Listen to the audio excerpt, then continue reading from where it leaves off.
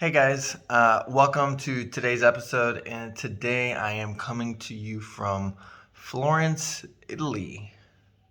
So it's a beautiful day. And today I want to talk about the power of setting boundaries, the power of honoring your truth by setting boundaries. And I want to start this off with a very simple quote that is from my book, Intentionally Fulfilled. You can find that on Amazon. And it's something that I always say, whether I'm coaching someone, whether it's something that I've written in my book, or whether it's just, I'm thinking about things that I'm reflecting on myself. And it is, in order to say yes to all the things that are great in your life, you have to start with saying no to all the things that are good enough, to all the things that are okay, right? That seem acceptable or that seem tolerable, right? The secret to honoring yourself starts with saying no to all that is not, so that you may say yes to all that is, right? So let's dissect that a little more. A lot of people, they tend to lose themselves because if you've ever seen the movie Yes Man, right? That's a great movie, by the way. But there is a beauty in being able to say yes, right? To all that is great and all that is opportunity and all that is good in this world, right? But where people get lost in saying yes is they don't know how to distinguish between good and empowering and bad, or good and empowering and good, feels good, disempowering, right? I think that's where the real trap is, because I'm not going to say that it's easy to say no to all the bad stuff, right? There's a lot of self-sabotage, and that, that's for a different podcast episode, but a lot of self-sabotage that goes on within ourselves, that we say yes to even the bad things, right? Because of limiting beliefs, because of fears, because of childhood training, because of abusive training that we may have experienced in relationships, because of self-abuse, self-deprecation, a lot of reasons, and they all kind of combine into that big scope of self-sabotage, which we will talk about in a different episode. But in the future, not saying the next one or anything like that, but essentially understanding that we do that and why we do it is great. But technically, all we need to know is that when we have the urge to do it, that's where we have an opportunity to implement self-restraint, whether we know why we're doing it or whether we don't, right? You don't need to know why you're doing some form of self-sabotaging in order to know enough, which is that you need to have and implement self-restraint. And it is the power of self-restraint that can create a fulfilling life. And this is where the saying goes that discipline is freedom, right? Discipline is not hard nose that, a lot of people associate with because of disciplining, right? When life wants to discipline us, parents wants to discipline us, they make it seem like it's a bad thing because they're stopping us from doing the things that we actually want to do. And we have to retrain that word discipline, right? Especially for parents, if someone wants to do something and it's genuine, right? It's a genuine desire. Discipline is the art of encouraging that genuine desire, right? So again, let's go back to the core idea, which is first, you must say no to all that is not in order to be able to say yes to all that is. Let's do some examples. Relationships. I think that's the first area of life that you can start saying no to. Abusive relationships. Why do we tolerate them? Lying. Why do we tolerate that? Not just lying, being lied to, lying to other people, right? Lying to yourself. When someone asks you a simple question of, how are you feeling today? Or how are you doing today? Why do we just lie to ourselves and to them and say, oh, everything's okay, right? If you don't feel you can open up to them, right? Find that within yourself as to why you feel a need to do that. Because at the end of the day, the more we lie to ourselves, the more we're giving ourselves excuses and options out and ways to procrastinate, right? Our language is giving us a means to procrastinate the things that are really true inside of us, right? And that's what brings us pain, because we're wearing this facade, this mask, right? So say no to those things, right? To how you handle yourself in those negative ways, right? Say no to abusive relationships where people treat you poorly. Say no to people who, are too negative. Say no to having relationships where people are toxic. Say no to having relationships with people who like to gossip a lot. Say no to gossip. Say no to being around environments where gossip is perpetuated. Why? Because all of these things, negativity, gossip, lying, bad behavior, abusive behavior, manipulative behavior, when you allow your energy to be in the presence of them, I'm going to change the word energy. That sounds too woo-woo for a lot of you, I imagine. When you allow your subconscious, your identity to be around those things, you create an association. You identify with them, right? You tell you by spending time with those things, you tell your subconscious, hey, this is acceptable. This is tolerable. These kinds of behaviors are okay to have in my life, consistently even. These kinds of behaviors, lying, manipulating, guilt, negativity, are okay for me to be a part of in my environment. And when you identify with these things to make them a part of your environment, you also identify with being those things, right? If they're tolerable in your space, in your environment, then why wouldn't you not tolerate that out of yourself? Why wouldn't you go ahead and lie? Why wouldn't you go ahead and gossip or say negativity? If it's so okay for you to receive it, why isn't it okay for you to go ahead and say those things? That's the importance of setting those kind of limitations, right? Those saying no to those things, right? Let's talk not just people, but we've already been talking about environments and situations, right? Start saying no to environments that don't create beauty, environments that you find, to be frank, visually unappealing, environments that you find disempowering, right? Disempowering environments, let's go to the extremes. Disempowering environments, casinos, any place that promotes any sins like gambling, any environment that promotes sexualization, right? An environment is not just a place, it's also your phone. When I go through Snapchat, sometimes the amount of sexualization that's suggested, right, just on the stories, right? Every time I see those, I click on them and hold, and I click block. And then the reason why, because of over-sexualizing content. And I say that because I just opened up a new Snapchat, and I was very disappointed to see that was the first thing they started recommending to me. And a lot of people, they don't know how to say no.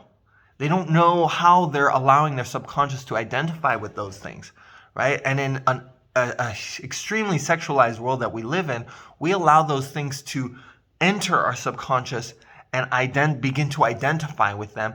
And that creates pain about the judgments we feel onto us about sexuality and the judgments that we perpetuate onto others and project even further, right?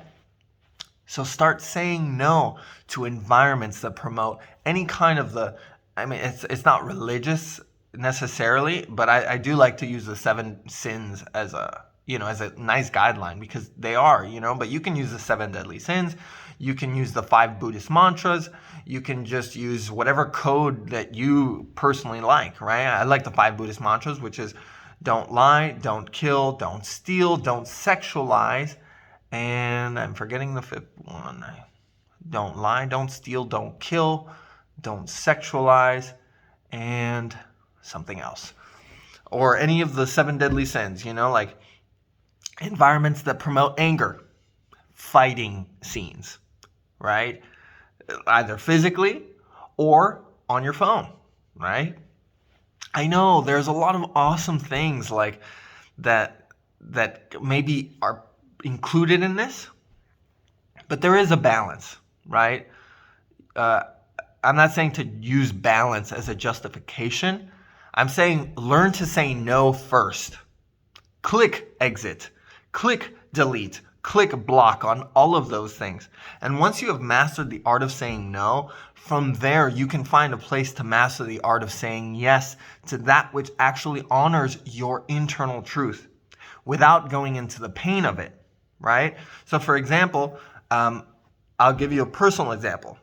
I love poker. Poker is technically an environment of gambling.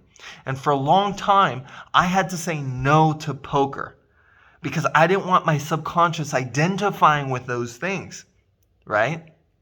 But after enough emotional self-control and practice of self-restraint so that I could say yes to all the things that I now distinguish are true, I have now found the nuance of how poker can be empowering. And that is to view poker through a lens of, it is actually, once you actually understand what poker is, it's through a lens of, it's a game of math. It's a game of probability. It's a game of risk tolerance. And learning risk tolerance is a really valuable skill in this world, because most of what holds people back from actually pursuing their dreams despite fears, which requires bravery, most of what holds people back is an inability to handle risk tolerance, right? So I love poker. I think it's a beautiful game with a lot of beautiful teachings. And it's unfortunate that it's been negatively linked to identify with gambling, right? And that's where you have to make that separation. You say no first because I am saying no to gambling, right? I'm saying no to gambling. Once I've said no, and I know where my boundaries are, now I can say yes to all that is true and honorable to me, right? You say yes to tactic, to math, to risk management, right? It's a beautiful game for those reasons, right? So, again, my guideline for, not my guideline, I use many guidelines, but a nice guideline that you can use for saying no to things to start implementing emotional self-control and implementing your boundaries are any code of conduct that you like, whether it's a school manual. You can use a school manual, you can use the Bible, you can use Buddha or Buddhism, you can use Hinduism, Muslim, you can use your airplane code of conduct rules or whatever, right? Or just create your own personal one, right? These are the things that I know do not empower me in my life, number one, and number two, are not good for me. They don't make me grow. They don't better me in any way. Right? So that's the rule of thumb for saying no. Does it empower me? And am I better for it? Does the presence of it make me better in life? Right? Learn to say no to all the things that are not. Once you have mastered that skill, now you can begin to say yes. And the rule of thumb for saying yes is Is it an opportunity for me to grow? Does it empower me? Literally the opposite rule of thumb from saying no. So if you want to start saying yes, ask yourself, does this empower me? And 2, am I better for it being in my life? Right? And heck, number 3 for saying yes is, do I want to do it? Very simply, do I want this in my life? Do I want it? Do I like it? Right? Because for saying no, you might say, yes, I want it in my life, right? People who smoke, yes, they want it in their life. Obviously, but they also don't want it. Why? Because it doesn't empower them and it doesn't better them. But do they want it? Yeah, of course they want it. That's why they keep doing it, right? Do you want that snack that you know you shouldn't have, that junk food that's like you consistently have? No, yeah, you want it right now, but do you really want it? Does it empower your life? Does it make you better for it? No. So that is where you have to start setting the boundaries, right? And what this whole concept is, again, if you read my book, Intentionally Fulfilled, I really go into depth about this one. And even my next upcoming book, Mastering the Mind, Abundance, and Creation, I talk about it in a completely different way. My first book is about saying no and controlling your boundaries and building self-restraint. And my second book is more about transmuting that self-restraint into saying yes and into grace and inspiration, creation, mastery, abundance, and all these beautiful things. That one's coming out maybe in about 1 or 2 months, so keep the lookout. But the purpose of learning and mastering the power of self-restraint, the power of saying no, mastering this skill, it is important because it is the separator between the humanity in us, right? That the human part, which is able to transcend its own human nature, right? That is human nature. Our nature is to transcend our very nature. That is what makes us so quickly evolving up here in the mind and in the heart and in the soul and in the everything. We're so adaptable. And it is because of our nature to adapt and transcend our very nature. So what is the base human nature? The base human nature is just like every other animal. We give in to the feelings and to the reactions that we feel. Our body has a reaction and we give in to them. Our body craves something and we give it what it says. It's like an untrained puppy, right? An untrained puppy, it begs, oh, please give me some food. An untrained puppy, it jumps on kids and it doesn't know the power of its own strength. An untrained puppy does pees in the living room because it doesn't know better, right? What is required for that puppy to become an amazing dog that symbiotically works with the trainer is discipline and loving training, right? Obviously, the dog doesn't really want to pee and dirty its environment, just doesn't know better. The dog doesn't want to eat bad food and become, overweight and feel bad. No, like it doesn't want that, but it doesn't know better, right? A dog doesn't want to hurt. It just wants to play. That's why it jumps, but it doesn't know better, right? So it requires training with love, saying no out of a loving place, right? You can't say no, bad dog, bad for jumping. No, we're going to train the self-restraint with calm, collected love, right? We're learning how to say no. We're going to say no to the things and we're going to have conviction, right? About how we move forward with them with love, patience, cool, calm, collected, right?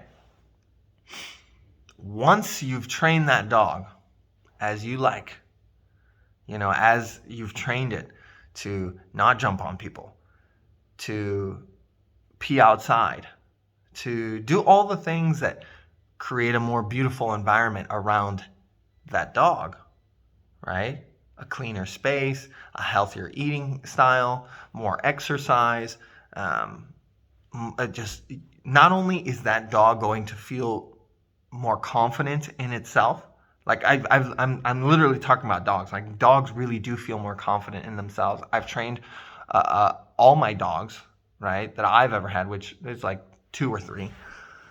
And you literally see a difference between a confident dog and a dog that is untrained. And that confident dog has way more just love and happiness within it, right? Confidence and love is the result out of that dog. And you now have much more power to give love, to give your energy and say yes to the dog. And then it just forms a symbiotic upward spiral where the world is just yes. Yes to the dog. Yes to you. Yes to your relationship, you know? And in this way, the dog in this case is referring to the human nature, right? And the trainer is referring to the conscious mind, which is the transmuted human nature. And the relationship between the body and the mind, when you train the body to have self-control and self-restraint, is ultimately freedom. That is always the result.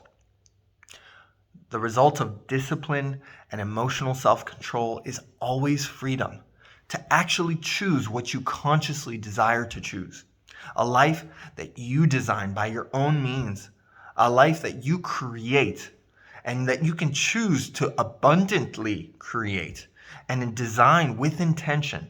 The result of what I'm talking about today, the power of saying no first so that you can say yes to all that is. Again, saying no to what is not so that you can say yes to all that is. All of that leads to freedom, leads to abundance, leads to just complete joy and fulfillment. I'm telling you, discipline and self-control is the way, right? The best ways I recommend starting that, meditation, right? And maybe if that's too hard to start, maybe even take it a step further back and just start saying no to the spaces that you see affect your subconscious in your social media, right? The people in your social media, the people, if you scroll through my Instagram, there's not a single ounce of content that's not self-improvement. That's not some kind of inspiration, right? I don't follow many people.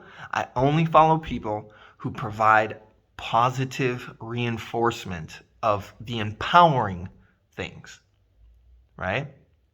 So notice, those are the things I say yes to. But how did I get to saying yes to those few things? By saying no to all the other things out there.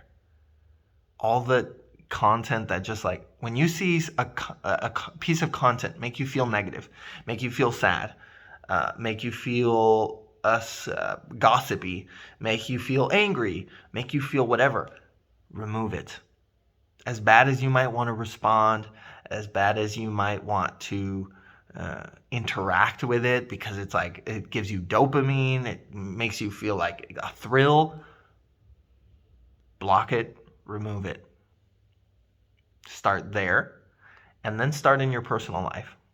Who do you have around you, right? You are the result of the 5 people you spend the most time with. And today you're spending time with me, so I really appreciate that, right? So I hope this was a good episode for you. Again, find my book, Intentionally Fulfilled. I really dive deep on this subject matter in that book. And me and Rachel are going to enjoy a beautiful day in Florence. Tomorrow we're going to go to a place called Cinque Terre. But yeah, we're saying yes to all the beautiful things in our life only because we started saying no to all the things that we're not.